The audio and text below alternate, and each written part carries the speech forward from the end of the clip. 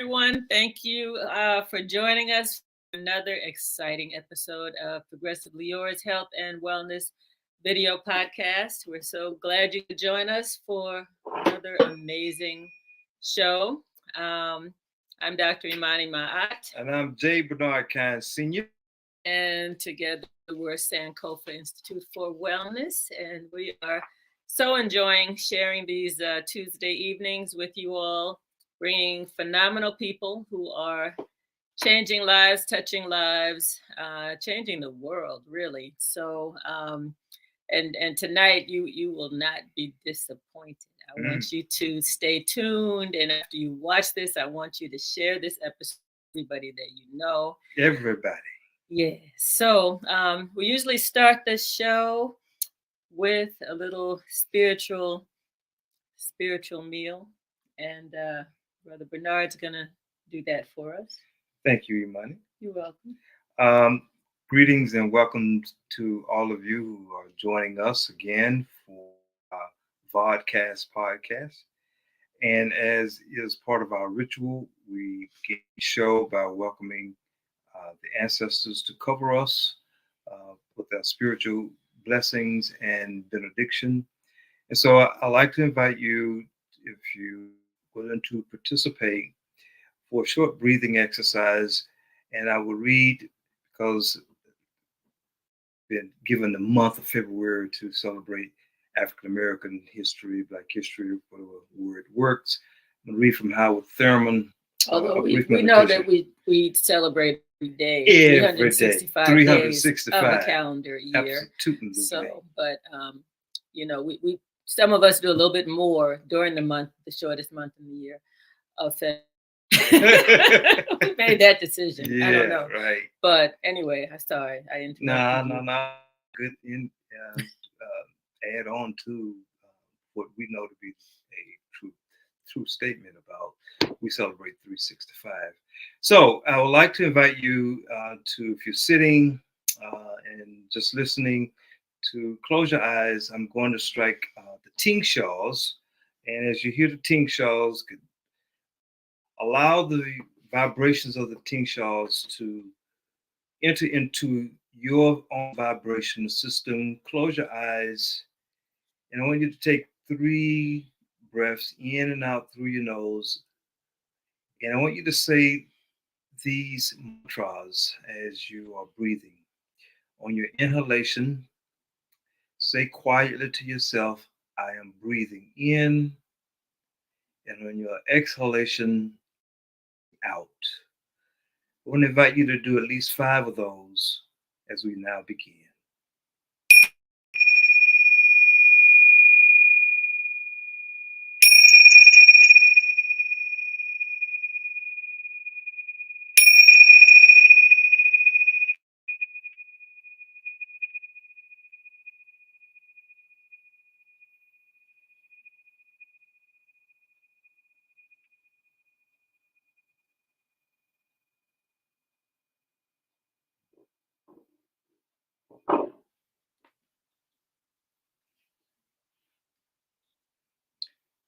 The growing edge. Look well to the growing edge. All around us, worlds are dying and new worlds are being born. All around us, life is dying and life is being born. The fruit ripens on the tree. The roots are silently at work in the darkness of the earth against a time when there shall be new leaves, fresh blossoms, green fruit. Such is the growing edge. It is the extra breath from the exhausted lung, the one more thing to try when all else has failed, the upward life when weariness closes in upon all endeavors, the basis of hope in moments of despair, the incentive to carry on when times are out of joint, when men and women have lost their reason, the source of confidence when worlds crash and dreams whiten into ash. The birth of the child, life's most dynamic answer to death. This is Edge incarnate. Look well to the growing edge. It is for the ancestors that we come to look well to our growing edge as we offer back ourselves to life in the community that we serve. It is for the ancestors. Ashe. Ashe. Namaste. Namaste. Amen. Thank you. Thank you. That was beautiful. So we are, before we get into our phenomenal guest this evening, we're going to do a little commercial break. As you know, that there's a whole movement going, and this has to do with health and wellness. There's a whole movement from gas vehicles to electric vehicles. In a lot of ways that the communities are not prepared for this movement. So this is something that I wanted to share. It's a side project that I'm working on. We're working, and I think it's very valuable and very important. So I wanted to share that with you and give you a link who are interested in getting involved as well. So if we could have our producers key up that piece for us. The US has over 2 million electric vehicles on the road today. And with faster, cheaper, and longer-range vehicles coming, $550 billion has been invested by US car manufacturers to make sure no more gas cars will be manufactured after 2035. The new norm happening is called range anxiety, the fear of running out of power. More drivers need access to charging stations. But with more EV vehicles on the road, it is getting harder to find an EV station with affordable and accessible public charging. Fortunately, Urec Geoenergy has an EV solution.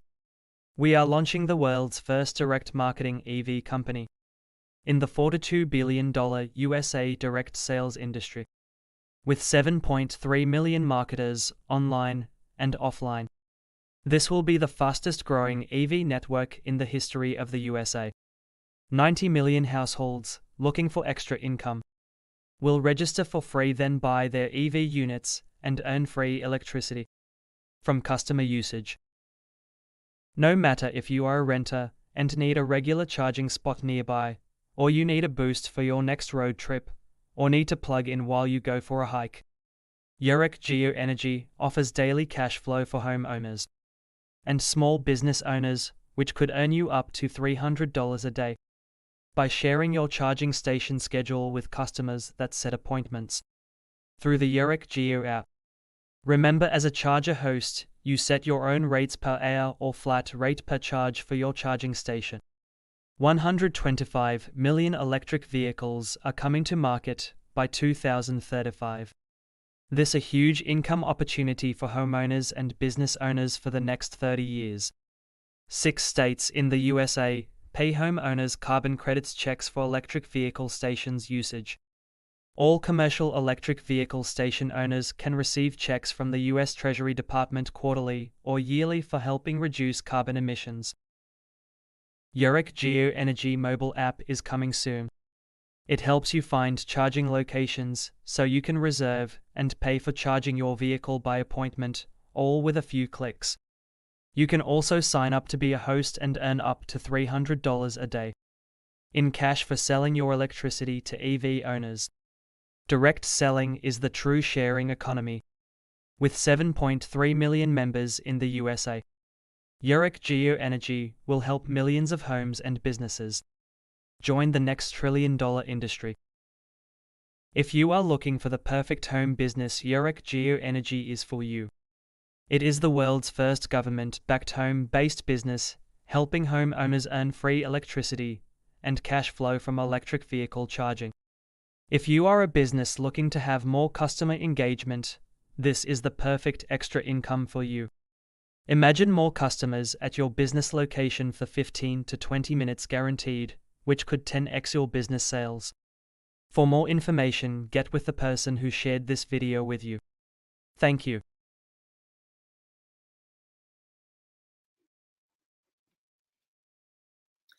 All right. So you definitely want to check this out. You want to not only be prepared, but figure out how you can possibly benefit from this movement that's coming with you or without you. But I just thought that this would be something that many of our listeners might be interested in. So there is a link there that you can become a member for free, or you can become a founding member for $99 a month. There's lots and lots of stock options and benefits for doing commercials, 1,000 commercials a month for each of the founding members. So anyway, check it out. And you can always get back in touch with us if you need more information about uric geo energy. All right, so now, y'all ready? I have the distinct pleasure of introducing one of my favorite on the planet, without a doubt, one of my favorite people. Brother Lemuel LaRoche, who we call Brother Life, affectionately, because he is all about life. He is the founder and executive director of Chess and Community, Inc., a nonprofit organization dedicated to developing young leaders and critical thinkers in Northeast Georgia. Known in the communities that he serves as Life, he fuses chess with conventional therapeutic methods to curb impulsive behavior amongst youth with delinquent past. With over 2 decades of experience in adolescent, family, and community development, Brother Life brings a fresh, innovative approach to his work. He is the subject of Life the Griot 2014, a documentary highlighting the work that he has accomplished in Athens, Georgia, and the surrounding areas. Life was listed as one of Athens' exceptional communities in 2013, and his organization has been featured in the Georgia Magazine. He is a 2015 recipient of the President's Fulfilling the Dream Award. Brother Life has presented at TED Talks UGA, an independently organized TED Talks event, and his organization has been featured on the Georgia Public Broadcasting's On Second Thought, PBS NewsHour, and CBS News. He is a recipient of the 2016 Daily Points of Light Award, the Atlanta Braves Community Hero, and 2022 AT&T Black Future Makers. And there's a lot more. I met Brother Life, maybe it was a while ago. I don't remember. It seems like he's always been a part of my life. And when we first met, we said we've got to do something together, and we did, and have stayed in touch ever since. I'm just so impressed with his sense of devotion to the youth, his dedication, his peaceful manner, and just all around amazing person. So Brother Life the Griot, as many know him, he's a phenomenal spoken word poet, and we introduce you to our listeners. Brother Life, how are you?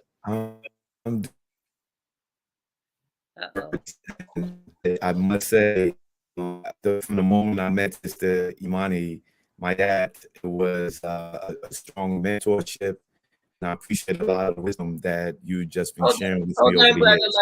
Hold on, Brother Life. We're having some technical issues, and I'm not sure what. So, and we checked out the mics before we started. Well, that's not the mics. Can y'all? We can hear you. It was just a delayed reaction. So okay. Yeah, you're good now. So you can continue. Okay, thank you.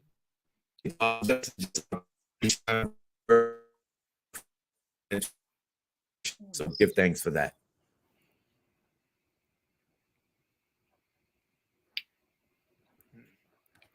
Can you can hear? I can hear you loud and clear. Okay, very good. Well, I want to. This is my first time meeting you. I've heard such wonderful things about you. As we were leading up every day, Imani was just elated, excited. You got to meet Brother Life, and even before the show, I had heard about you. I'm so excited and delighted to have the opportunity to be with you and meet you, and look to meet you when we come over to your area. Um, so, Brother Life, I was looking on the site and I noticed that community chess and community began in 2002. You're the founder. But for our listener, tell us a little bit about your beginning, your early life foundation, the making of Brother Life. Wow. Tell us the early beginning of life that helped to establish that you didn't know perhaps at the time when you were growing up in your hometown community, those first formative years. Just tell us some about who you are, who you were back there then, that you look back and say, those were some moments that contribute to who and where I am today. I mean, that's people. We got 5 hours, so what? We got 5 hours to go. We're gonna have you back, so you can condense it for tonight. So, but when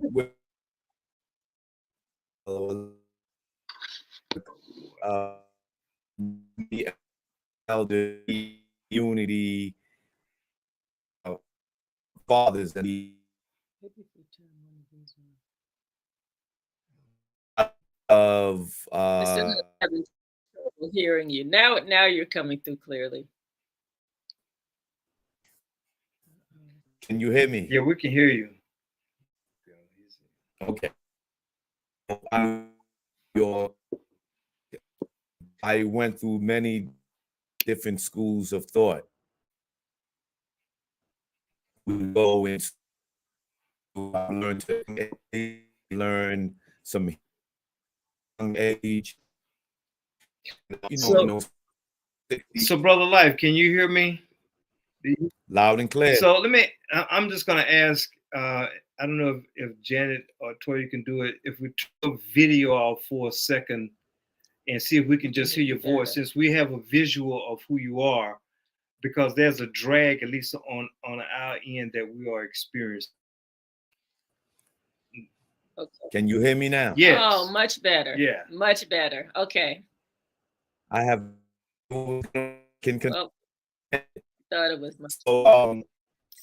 So maybe can maybe put a what's that called, a picture up, maybe that will help.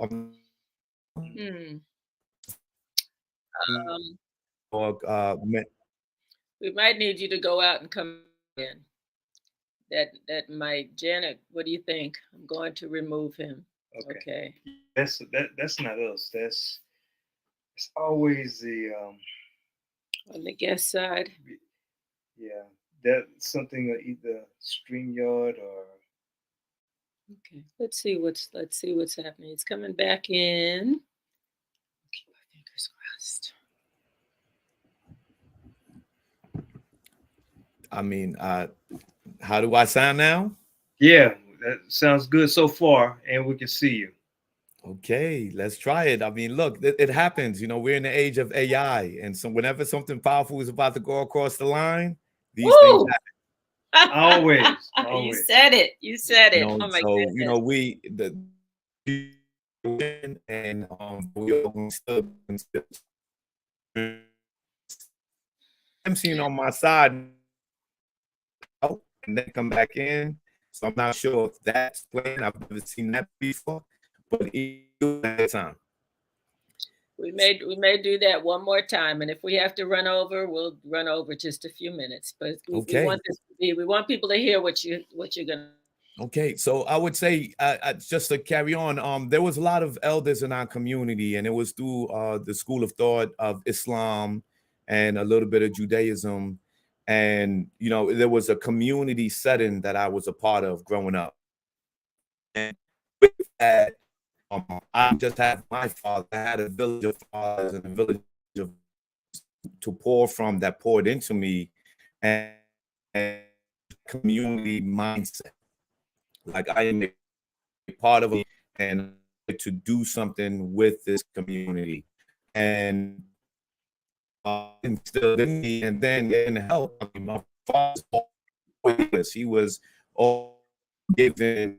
He was Brother Life, you still freezing up. You're freezing up, and I'm not sure. This is a good, because you have so much to share, and we want to make sure that we do this right. Because on my side, I can. On your side, you can hear us well. I can see you all, like everything. So I don't know. I'm not sure. So why don't you go out? Janet's gonna remove again. Why don't you go out and come in this time on your side to see what happens? So do you leave the studio? Yeah, leave the studio and then come. Okay.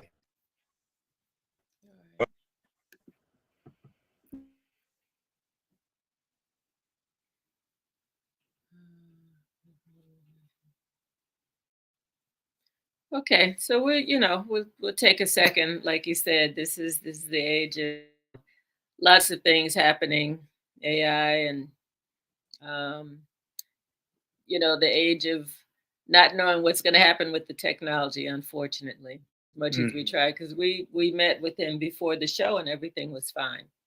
So we did our due diligence. Darius Crenshaw says, looks like a organization for community service. I'm in. Very good. Thank you, Darius. Thank you. It really is. And one of the Facebook listeners said, I thought it was my connection. Oh, it's not. And this happened a little bit last week when we had Dr. Finch. It's we have these amazing guests that we want to share with our audience, and sometimes there's some things that we just can't control, unfortunately, as much as we want to. But he's going to be back on in a minute, and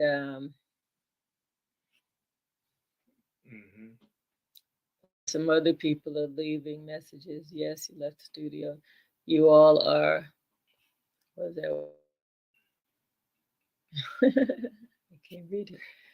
Yes, you can play the video. Yeah, let's do that, Janet. We've got a wonderful video of life. We can do that while we're working on back up in the meantime. Okay. Okay, how are we doing? All right. that's so far so good. So okay, let's go with it. I mean, and like I said, we'll go with it. So okay. Aye. Okay, so Brother Life, one of the things we just said with Janet is that we're going to play one of your videos because it just completely froze up just now. And I'm so sorry that that this is happening, because you have a TED Talks, and most people who are public speakers, that is their dream to do a TED Talks, and you talk such good sense, that people need to hear what you have to say. You've also taken Youth Africa to compete in chess with other youth. I believe it was Ethiopia, and just some major wonderful. So okay.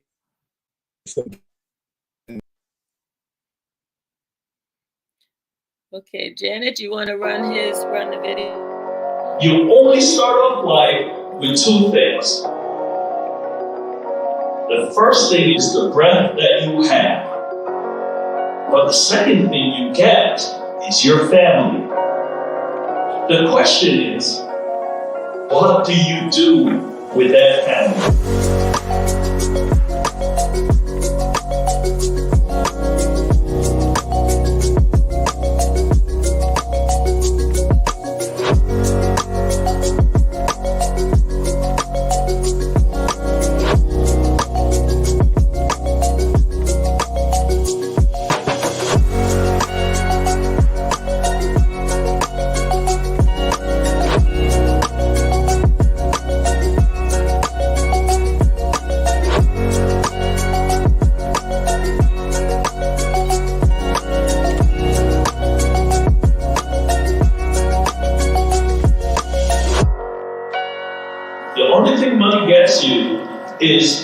the ability to get things done, what you want done.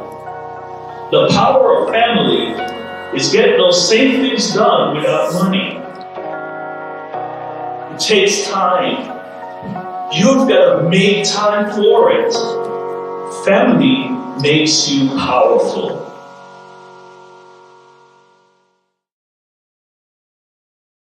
Think before you move. Wow. What a wonderful slogan for the Chesson Community Organization. I saw a donate sign, chessandcommunity.org. Look them up and donate, please. We'll have their link. You may have had that up there before already.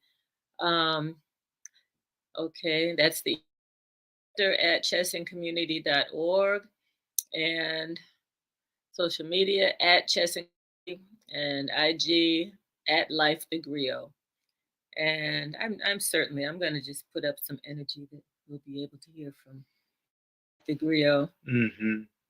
And well, you know, I'm thinking how beautiful it is and to have positive news about programs that's helping our youth and community, because every day on the evening news, which I rarely watch, there's so much negative news and so much drama in our community that's harming our children, and I hear it every day.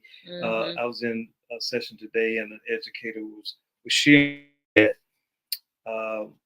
one of the students, and they did find him, but it's just so much trauma. One of the students was lost. Yeah, got lost within the school itself, and it sent everybody on a panic because they couldn't find him for a few hours. Whoa!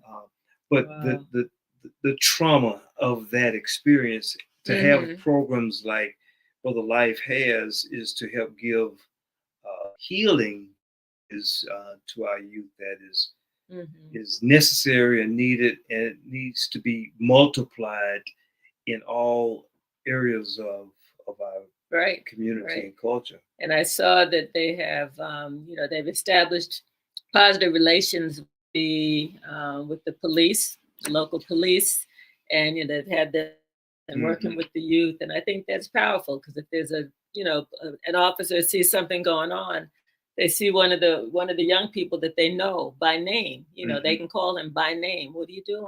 It's like, come on, you're working with Brother Life. You know better than that. As opposed to, slamming kids down and cuffing them up and all of that, treating them, shooting them.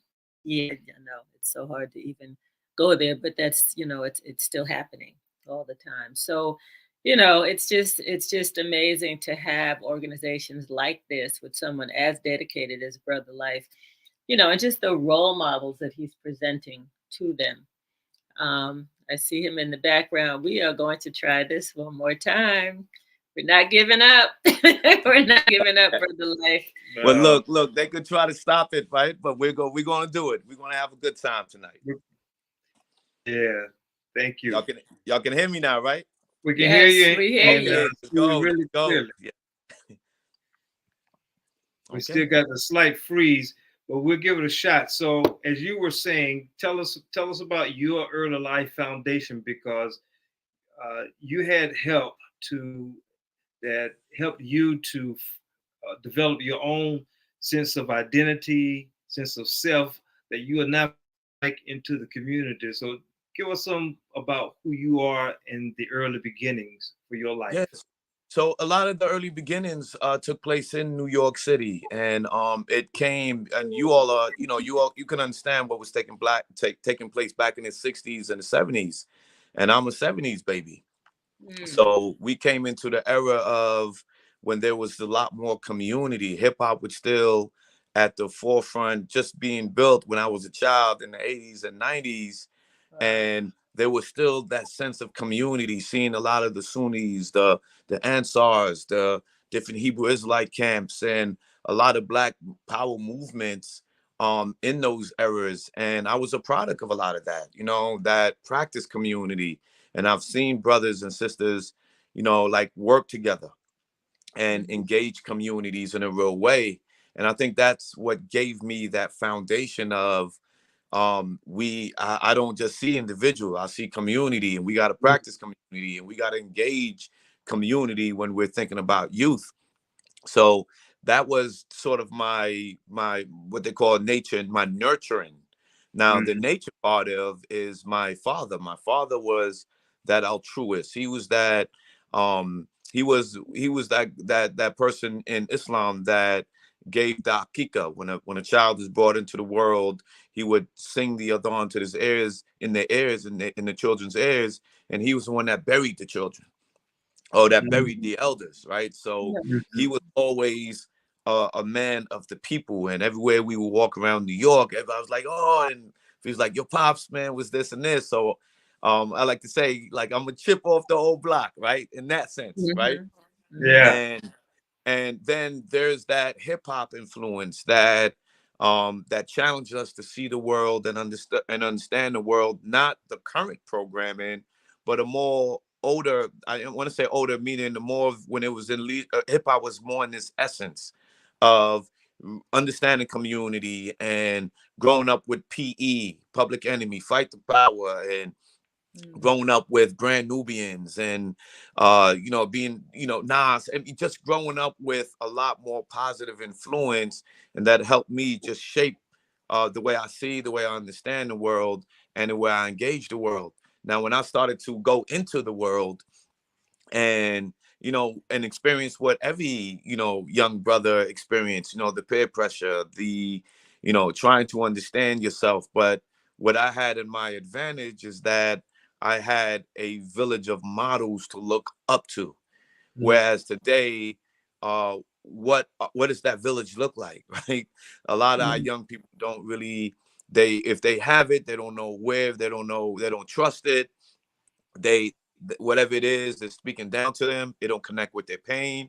So from that, it's growing up and going through many challenges, going from New York down to Georgia, and have the challenges that we got there, going from a city where there's diverse and this, into a city where starting in Atlanta, then going into Macon, Georgia, and Barnesville, Georgia, and I can name some of these little cities. You're like, yeah, man, in all of these parts, and it's helped to shape me. Like, it's not just New York; it was the South that helped to shape me, that helped me to understand a different sense of culture, a different sense of family, a different sense of community. Now, it wasn't the same community I was used to up north, but it was still a sense of community where, yeah, yes, ma'am, yes, sir. You know what I'm saying? And the elders would just open up the doors, and I don't care who you are, come on, eat, I got you. Going through those and that adolescent stages, like in 16s and 17, and Macon, Georgia, and still that village of mothers that would just let me in, and you got food. And when I was going through those rough times, man, those villages of fathers that took me under, and said, come on with me, man, come on, I got you. So I like to say that along the way, man, I was really blessed, man. It was a community that blessed me, that shaped and poured into me.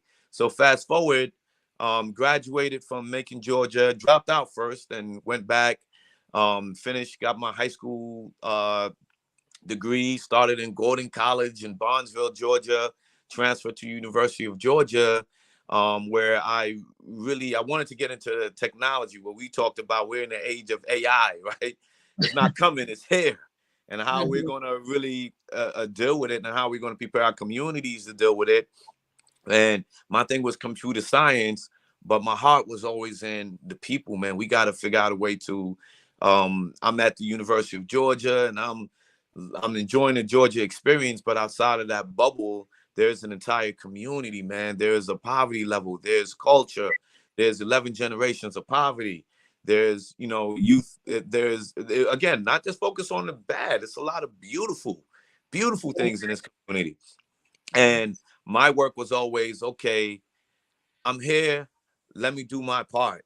Starting off in the adult correctional facility, interning there, dealing with people that was facing football numbers, 50 years, 30 years, and trying to help them try to understand that they still can be influential, they still have purpose, and then moving more into the juvenile, the role as in the juvenile probation officer, But this is interning in that space and really beginning to learn that, wow, like, and this is all in the School of Social Work, right?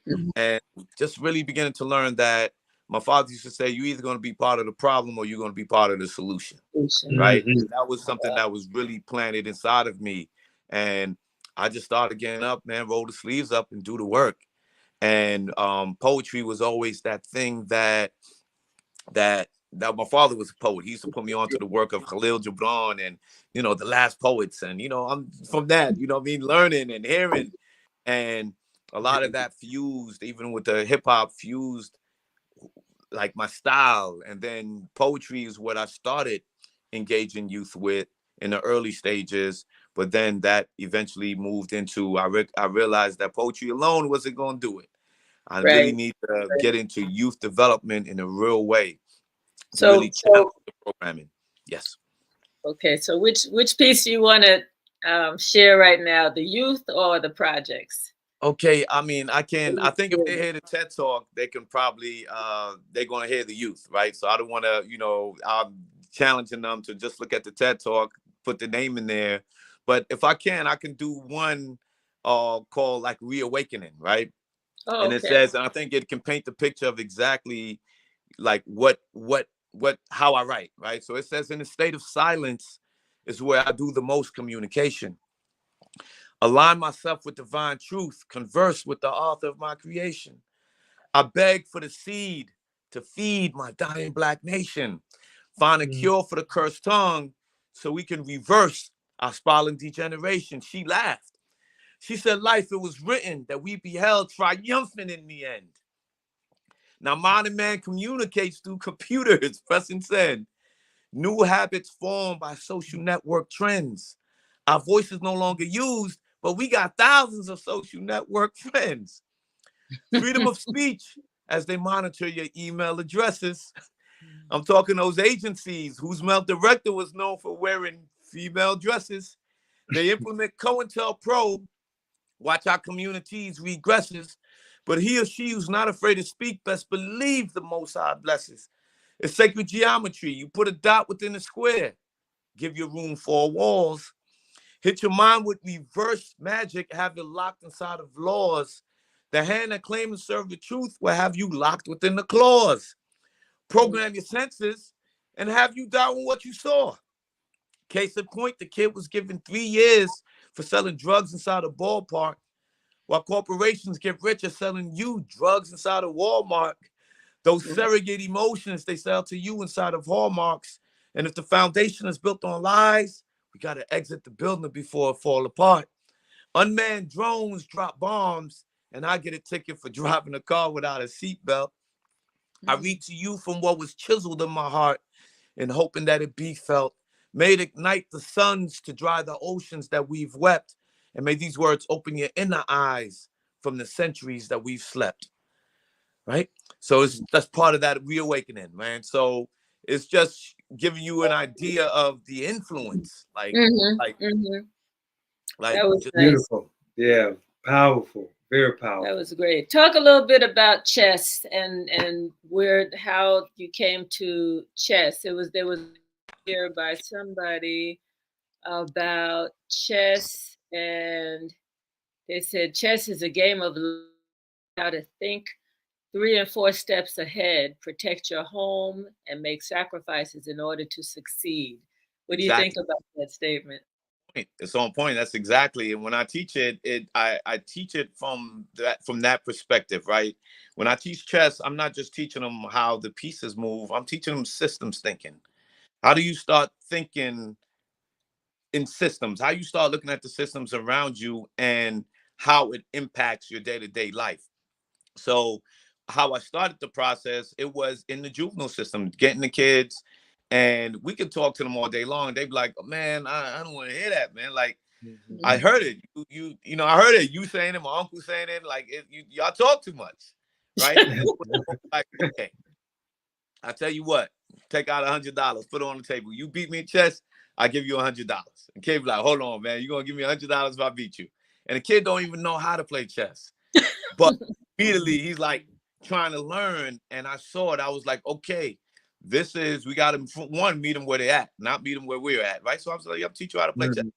And in that, it was a way of allowing that child to see, look, you're trapped in this quicksand, in this revolving door in the juvenile system because you playing checkers. The judge is chess with you, right? So let me help you to understand the small pieces. And I start by just teaching them how to play the pawns, play with the pawns, and then graduate into the horses, into the knights, and into the bishops. And the whole thing was to teach them, how do you respond to a situation, not react to the situation, right? You can react. Your reaction is what's causing you to get locked up into all these systems, right? Responding to it, you got to think ahead. You got to think before you move. That's our motto. You look at our website, think before you move.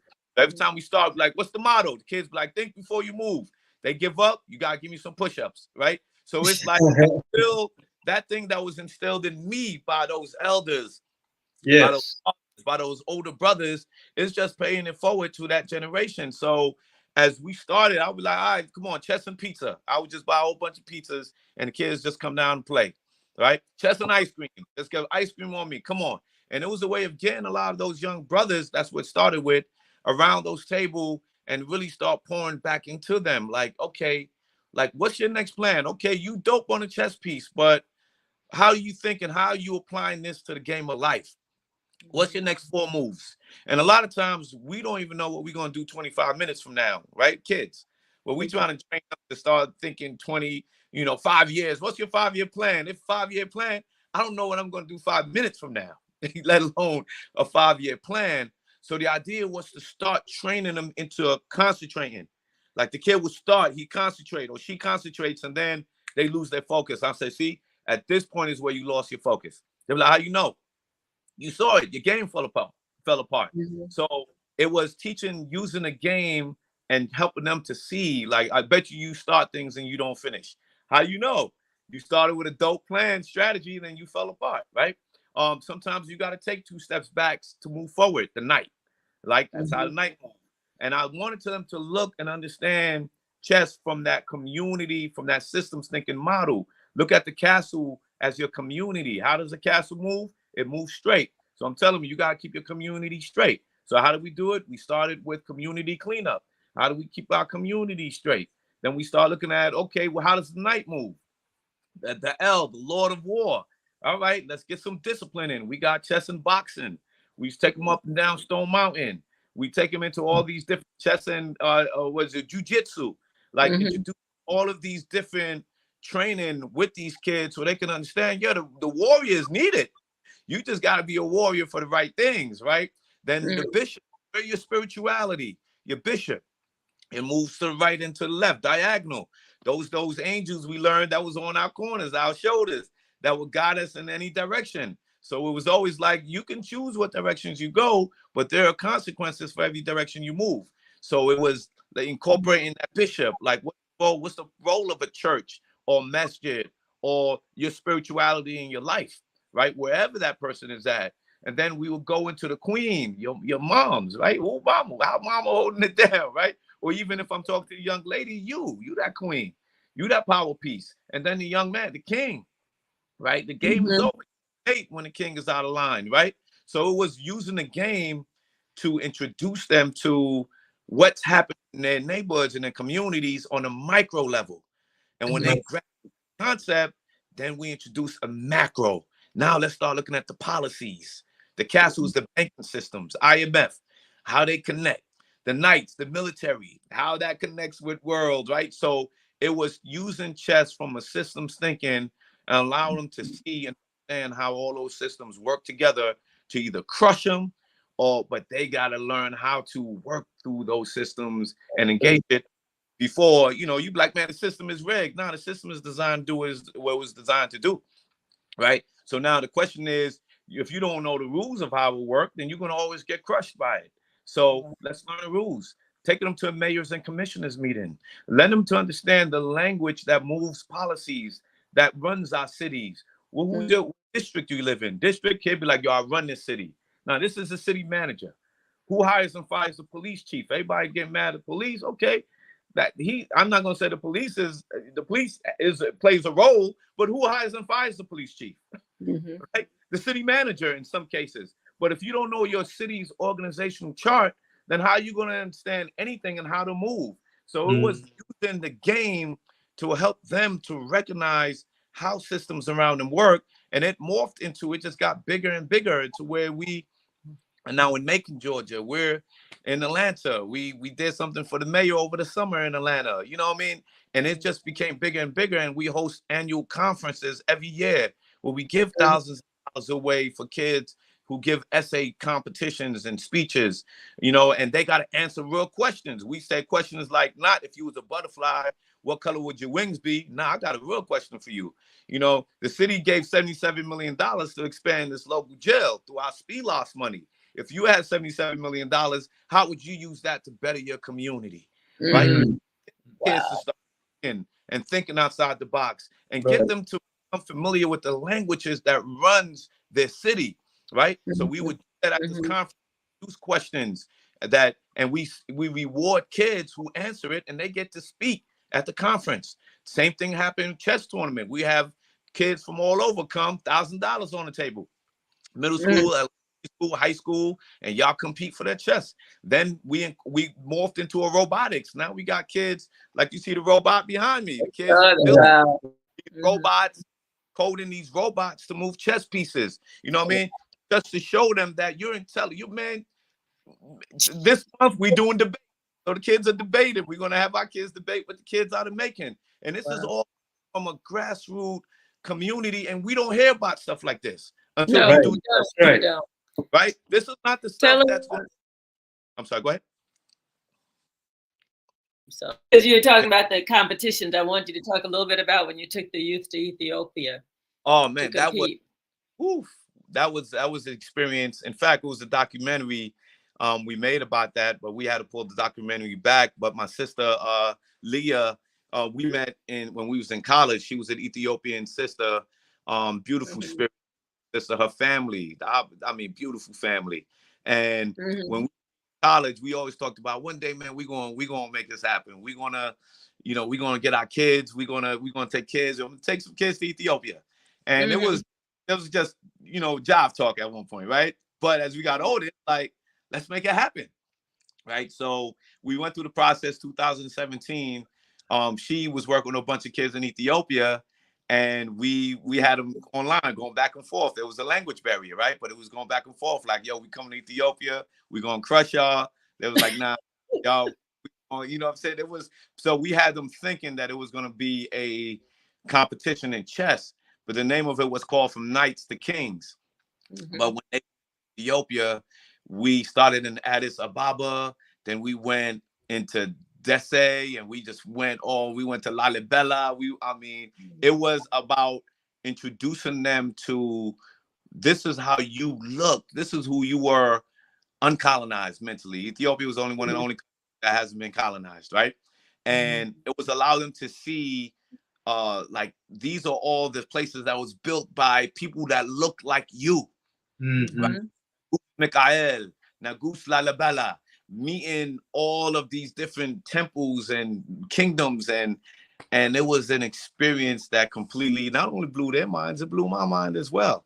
Of course, I was on guard because I got 8 boys from this community outside of the country. So I'm responsible. So I'm like, y'all can't blink wrong. Y'all can't sneeze wrong. Right. Back home.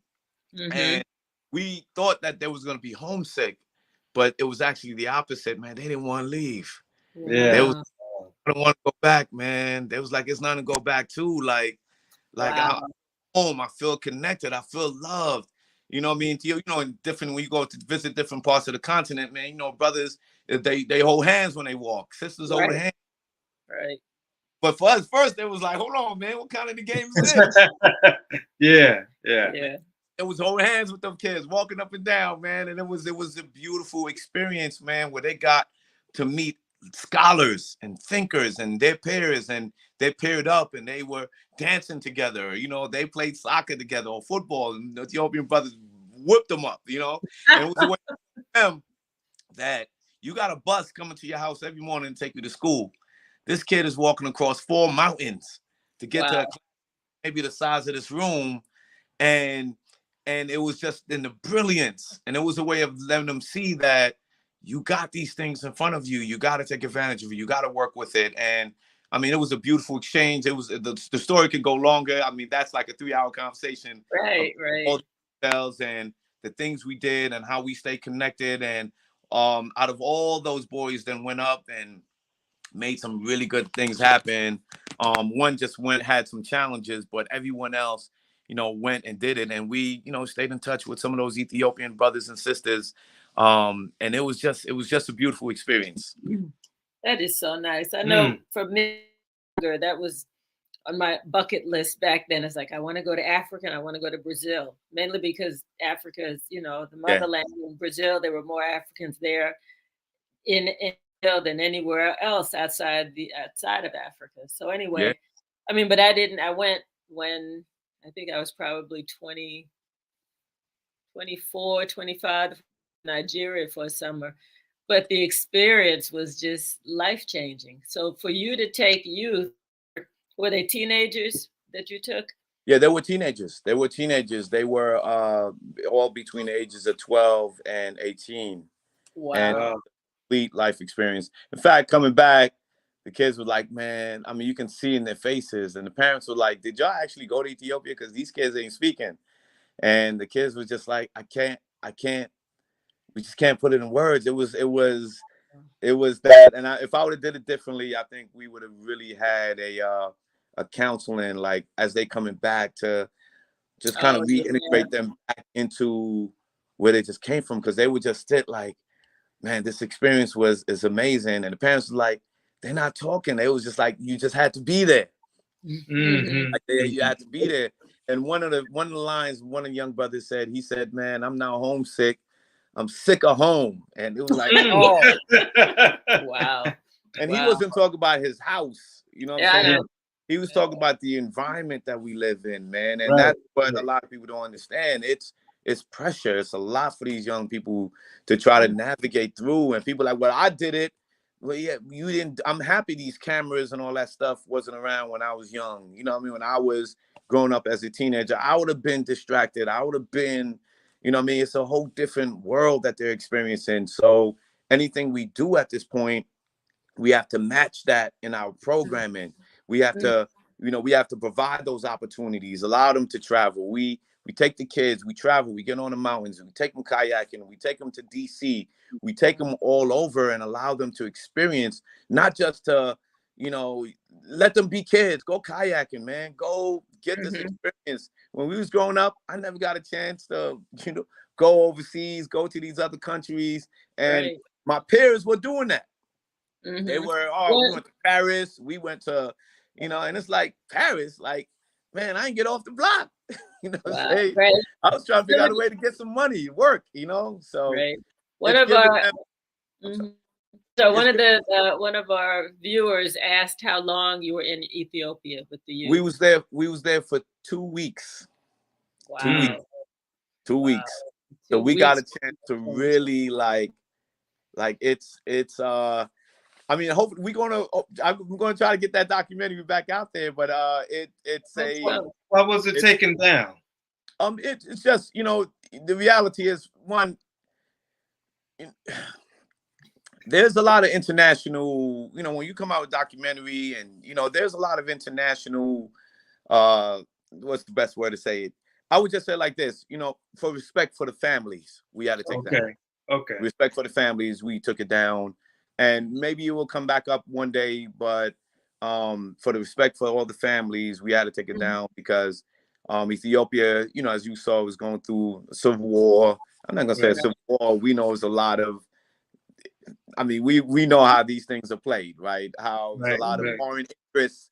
You know, when Ethiopia started talking about building the dam, what happened? And so all of a sudden, you know, so a lot of those areas that we were at, that where we did a lot of the work, that was one of the places that the rebels came. So it was just, so, you know, it was just a lot out of respect for everything. It was like, nah, we got to respect. We got that. Brother Life, we have about 4 minutes remaining. Could you give us maybe just a sentence about the 4-pillar program? Okay, so Okay, so chess and community, people think it's chess. It's not all about chess. I always say it's homeless people living under the bridges that play chess. Chess is not the answer to it all, right? So one of the programs, we have young scholars, and this is where we do a lot of our educational development. We're talking about from robotics to the debates to the book clubs. It all falls under young scholars. The next one pillar is one called change, and this is where we focus on a lot of the community. We have intergenerational healing circles. The kids are doing community service. The kids are learning about civic engagement. That pillar is civic engagement. So they focus on going to the mayors and commissioners meeting, how cities and communities around you work. The third pillar is what we call part of a collective impact. It's called Project Rewire. And that was working with other nonprofits and other people. So that way we develop feeder systems. So if a kid comes through, I can pass that kid to another organization. We can look at a mom and dad or uncles. And so it was a collective impact that focused on allowing them to see outside of when they finish, do they have access to work? Do they have access to other colleges and things of that nature? And the very last one was Collective Hands, that focused on the cultural enrichment, that traveling, that helping the kids going into the roots of who they are. And all of those four pillars together is what gave us what makes chess and community. And this is how we rock it. The kids get points, and we're getting all those points. They get to travel to different places and engage in different activities. Good. Tell us one of your favorite stories. One of One of your success stories in terms of, there's so many, I'm sure. There's so many, but I would say one of the young brothers. See, a lot of times people get into the nonprofit space to say, well, I got a nonprofit. The ego. I got a nonprofit. I'm so far removed from that space. Getting into the space, it was like one of the first young brothers is a brother named Young Frank. And I got him in the juvenile system, right? And this young brother ended up, he was going through a lot, but he ended up coming through it. He's now one of the coaches that do a lot of the chess. He helps with the book clubs, and he's like in his master's program. And a lot of work with him is really training him up so that he can eventually end up leading the organization. And he's just one of many, many young brothers and sisters. And I won't say it was all sweet. We even had some brothers end up doing some time, and it's like, and even while they're inside, for every book you read, I'm gonna send you $25, right? Wow. To your books. But it was like, yo, read, get your mind right. You know what I mean? So he's just one of many, but we getting this stuff up in Macon, Georgia, going to it's just growing in all these different spaces. Washington, D.C. There's so many different stories, but Frank is that young brother that I'm really proud of, because I remember what he went through, right? And he was one of the first young brothers to come through. And now to see where he's at, it's like, it always reminds me that, look, we got work. And to see my sons in it and them talking to my sons now. And it's like, the full circle, so. How are your children doing? Your family? I meant to ask. I got 3 boys, 9, 7, and a 2-year-old. So the gray hairs are coming. But I do my part. I do my part in in making sure we got a village. That's great. Wonderful. That's great. Before, we're gonna do a one showing of a documentary, but then when we finish off the air, we want to spend some off the air time with you, so don't go away, okay? I got you. All right. Yeah, we're going to go to that in a second, but just formally before we do cut off, we just want to thank you and appreciate your flexibility with technology stuff, whatever AI, whatever up front. We made it through. We pushed through, and you had some very valuable information to share. So. Once again, we'll put your information up there about how people can get in touch with you. And I think you'll like the little video that we're getting ready to show. I'll let Bernard tell you just a little bit about it. Well, we'll have you back, and I'll tell you more about it when you have it back on the show. You do play in the. Of course. We got to make. Janet, go ahead. All right, we got the answer. Don't go away. Thanks, Brother Life. We'll talk to you in a minute. All right. Okay. Thanks to our listening Eagles audience. versus pigeons. Please Which watch one the would you movie. rather be? We said I want to be an eagle Why? because they fly higher than pigeons. And what does that allow them to do? See more. Who are you? So much of who I am today is my experience growing up in my hometown of Kansas City. My mother had me at 15. All I wanted was somebody to love me. What have I done that's so bad that you can't forgive? Mama set me up to go to prison instead of her. When the judge sentenced me to 11 years, I said, I'll show you. I think about the system that failed her. I am not what has happened to me. Your story, your experiences, your being seen. It's no accident. Well, I kind of always escape through art. If I just took the next step, the world would open up before me. Scared this inner light within you. I am not what has happened to me. I am what I choose to become.